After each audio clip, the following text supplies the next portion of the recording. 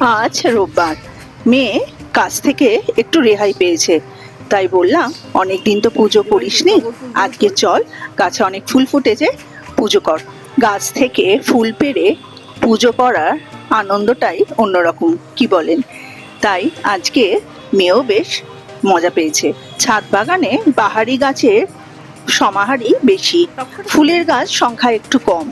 আজকে জবা ফুল আর টগর ফুল হয়েছে, সেইগুলো দিয়ে মেয়ে আজকে পুজো সারলো। অনেক সময় এই টগর গাছটার পাতা দেখা যায় না, এত টগর ফুল হয়।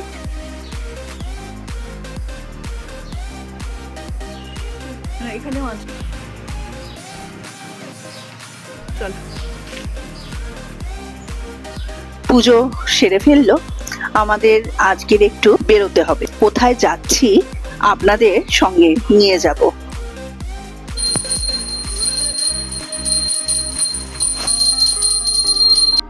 মেয়ে বেশ কিছুদিনই কলকাতায় এসছে, কিন্তু সেরকম ভাবে মেয়েকে পাওয়া যায় না। মাঝে মাঝে আমি রেগে গিয়ে বলি, তুই কলকাতায় এলি, কিন্তু আমার সাথে কবে বেরোবি, আমাকে কবে সময় দিবি? উইকডেজে কাজ, উইকেন্ডে কাজ। আজকে সেজন্য মায়ে মেয়ে বেরিয়ে পড়লাম।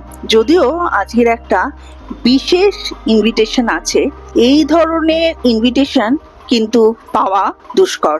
সেটা কিরম আপনাদের বলছি। এই যে ইনভিটেশন আমরা পেয়েছি, এইটা বছরে তো আসে না, 5 বছরে একবার আসতে পারে বা নাও আসতে পারে, 15 বছরে একবার আসতে পারে বা নাও আসতে পারে, 30 বছরে আসতে পারে বা নাও আসতে পারে। আমি কি হেয়ালি করছি, তাই না? বলছি আস্তে আস্তে সব বলছি কি ধরনের ইনভিটেশন আজকে ছিল। আমরা চলে এলাম ব্রিজার এশিয়াতে, এটি সল্টলেকে আছে। ফার্স্ট টাইমই এখানে এসছি, আগে আসিনি। খাবার দাবার কেমন, কিরকম অ্যাম্বিয়েন্স, সবই আপনাদের দেখাচ্ছি। চলুন যাওয়া যাক।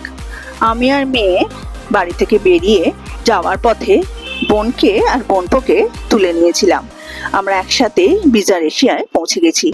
দিদির হাত ধরে ভাই এগিয়ে গেছে, বোন আর আমি আস্তে আস্তে যাচ্ছি। দেখুন কিরকম সুন্দর করে জায়গাটি সাজানো, বিভিন্ন ধরনের পাতাবাহারের গাছ দিয়ে। গাছ তো মানুষকে খুব অ্যাট্রাক্ট করে।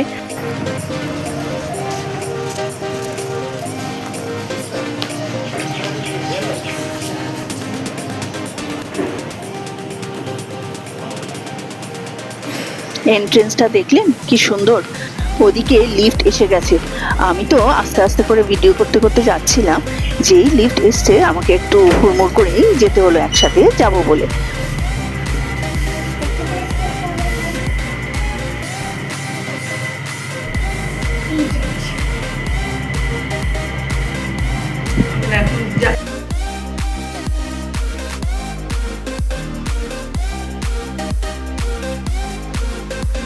আমরা আমাদের গন্তব্যস্থলে পৌঁছে গেছি। পৌঁছেই দেখি খুদে মানুষটি আগে এসে গেছে, হাতে বেলুন নিয়ে। পরিচয় করে দিই, এ হচ্ছে আমার স্টুডেন্ট, আমার একটি সম্পর্ক আছে এর সাথে। এ হচ্ছে আমার এক ভাইয়ের বউ। কিভাবে সম্বন্ধটা হলো বুঝতেই পারছেন, ঘটকালিটা আমিই করেছি। যাই হোক, সেই সব কথায় পরে আসবো। নামটা বলি আমার স্টুডেন্টের, সুচরিতা। সুচরিতা 5 বছর এমএ পর্যন্ত আমার কাছে পড়েছে, আমাকে ম্যাম বলেই ডাকে। এখন বিয়ের পর ও আমাকে ম্যাম বলবে না দিদি বলবে বুঝতে পারে না, কিন্তু ও ঠিক করেছে যেহেতু আমি ম্যাম হিসেবেই ডেকে এসেছি, আমি তোমাকে ম্যামই বলবো। এখনো সে ম্যামই আমাকে বলে। তো এসেই ওর প্রিয় জিনিস দেখতে পেয়ে গেছে। বুকিং আছে তো, পৃথ্বীশ রয়। আমি, বোন আর এক ভাই চলে এসছে। যে ট্রিট দেবে সে অন দ্য ওয়ে আসছে বলছে। চলুন আমরা আমাদের নির্দিষ্ট স্থানে আসন গ্রহণ করি। আর আসন গ্রহণ করব কি, এই দুই খুদে মিলে যা শুরু করলো দেখুন একবার।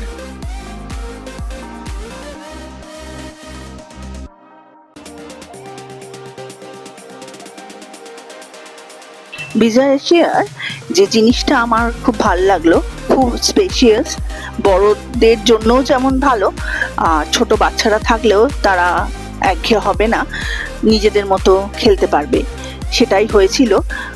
আরও যখন আমার ভাই বোনরা আসতে শুরু করলো, তাদের ছেলেমেয়েরাও এসেছিল, তারা যে কি তাণ্ডব করেছিল আপনাদের সবই দেখাচ্ছি, চলুন। বনির পাশে বসবি? যাও যাও যাও যাও, ওই কি হবি তুই? মামি, মামির পাশে যাও, আর বনিকে নিয়ে বসো, যাও। আজকে কিন্তু বনিকে দেখতে হবে, তোমার দায়িত্ব। বাবা মাম্মা এই পারিও না।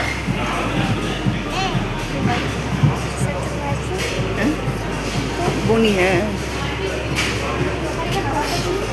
ওর পাশে বসবি? আচ্ছা মামা, তুমি সরে এসো, বনির পাশে বসবে দাদা। ও বনির পাশে বসবে, তুমি সরে এসো। বাবা, তো কোন সাহসে তুমি যাচ্ছ? হ্যাঁ, তোমার সাহস কম নয়? আমরা যে কজন এসেছি, আমরা আমাদের নির্দিষ্ট আসন গ্রহণ করে ফেললাম। তারপরে আস্তে আস্তে সব ভাই বোনেরা আসতে শুরু করলো। আজকে আমার বোনপোর খুব মজা, ও তার থেকে ছোট কাউকে পেয়েছে, তার সাথে খেলায় একেবারে মেতে উঠলো, একটু দাদাগিরিও করলো বটে।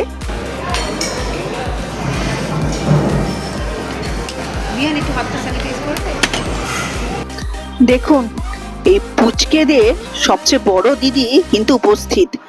একে নাম দিয়েছে আমি গিন্নিমা। কোনো কাজ যদি একে দেন, এ যা সুন্দর করে করে দেবে আপনি কল্পনাও করতে পারবেন না। আমি সেই জন্য চটাপট দায়িত্ব দিয়ে দিলাম, দেখো তুমি সবচেয়ে বড়, এই ভাই বোনকে সামলানোর দায়িত্ব কিন্তু তোমার। মাঝে মাঝে কাহিল হয়ে পড়ে কি করছিল জানেন? ভাই বোনকে তো সামলাতে পারছে না খুদে দিদিটি, ও কোমরে হাত দিয়ে মাঝে মাঝে ক্লান্ত হয়ে দাঁড়িয়ে পড়ছিল। এর মধ্যে আমাদের সবচেয়ে ছোট ভাই এবং তার বউ এসে পড়েছে। এই ভাইকে আমি বলি হ্যান্ডসাম ভাই। এখন হ্যান্ডসাম ভাই জিমের চক্করে এমন রোগা হয়েছে যে গ্ল্যামারটি আমার মতে গেছে, সেজন্য আমি একটু দিদিগিরি করছিলাম।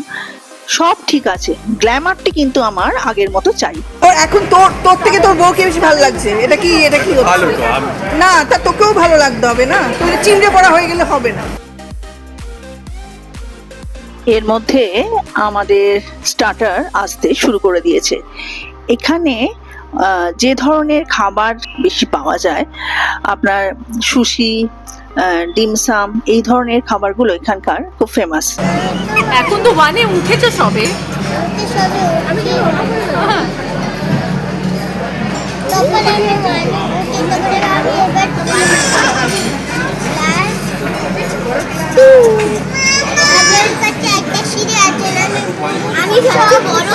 এখানে বাচ্চারা দেখছেন যেমন বক বক শুরু করেছে, ওইদিকে বড়রাও কিছু কম যায় না।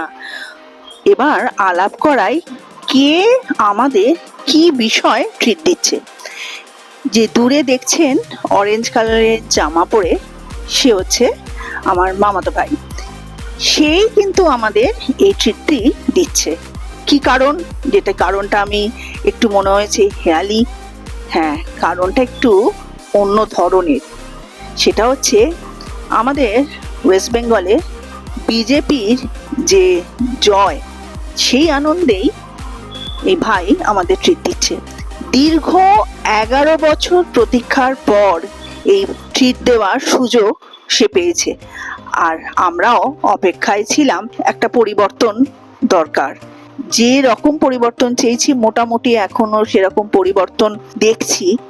আগামীকালে কি হবে সেটা জানি না, রাজনীতির কথা আর নয়। এই যে আমরা একসাথে হয়ে আনন্দ করছি, এটাই আসল। অনেক সময় কি হয়, প্রত্যেকের সাথে প্রত্যেকের 1 বছরে একবার দেখা হয় কিনা সন্দেহ। এই খুদের সাথে পরিচয় করে দিই। এর মা বাবা আসলে আমার ভাই আর ভাইয়ের বউ দুজনেই ডাক্তার। এর স্টাইল দেখুন, এর ব্যাপারই আলাদা, চুপচাপ শান্ত হয়ে থাকে, কিন্তু এর একটা দারুণ গুণ আছে। কি বলুন তো? ওয়াচ করে, তারপর সে মাঠে নামে। যাই হোক, সেই মাঠে নামারটা দেখাচ্ছি ও কিভাবে মাঠে নামলো। গুছিয়ে ডেজার্ট খেয়ে মাঠে কিন্তু নেমে পড়েছে অন্য ভাই বোনদের সাথে।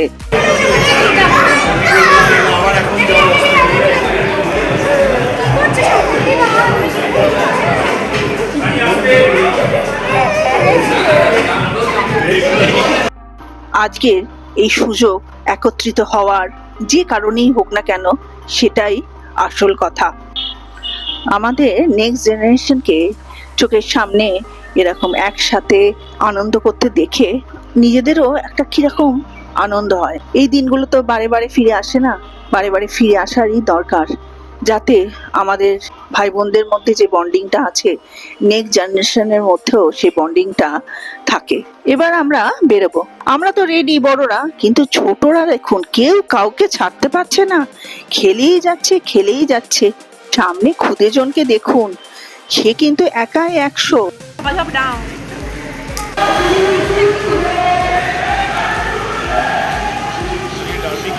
স্লোগান দিতে দিতে যে গেল না, আজকে ছিল ইস্ট বেঙ্গল মোহনবাগানের খেলা।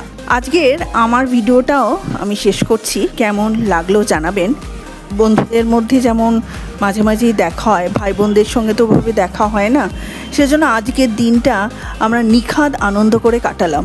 আপনারাও ভালো থাকবেন, সুস্থ থাকবেন আর খুশিতে থাকবেন। আমার ব্লগ দেখতে থাকবেন, আর ভালো লাগলে একটা লাইক সাবস্ক্রাইব করে দেবেন। আজ তাহলে আসি, নমস্কার।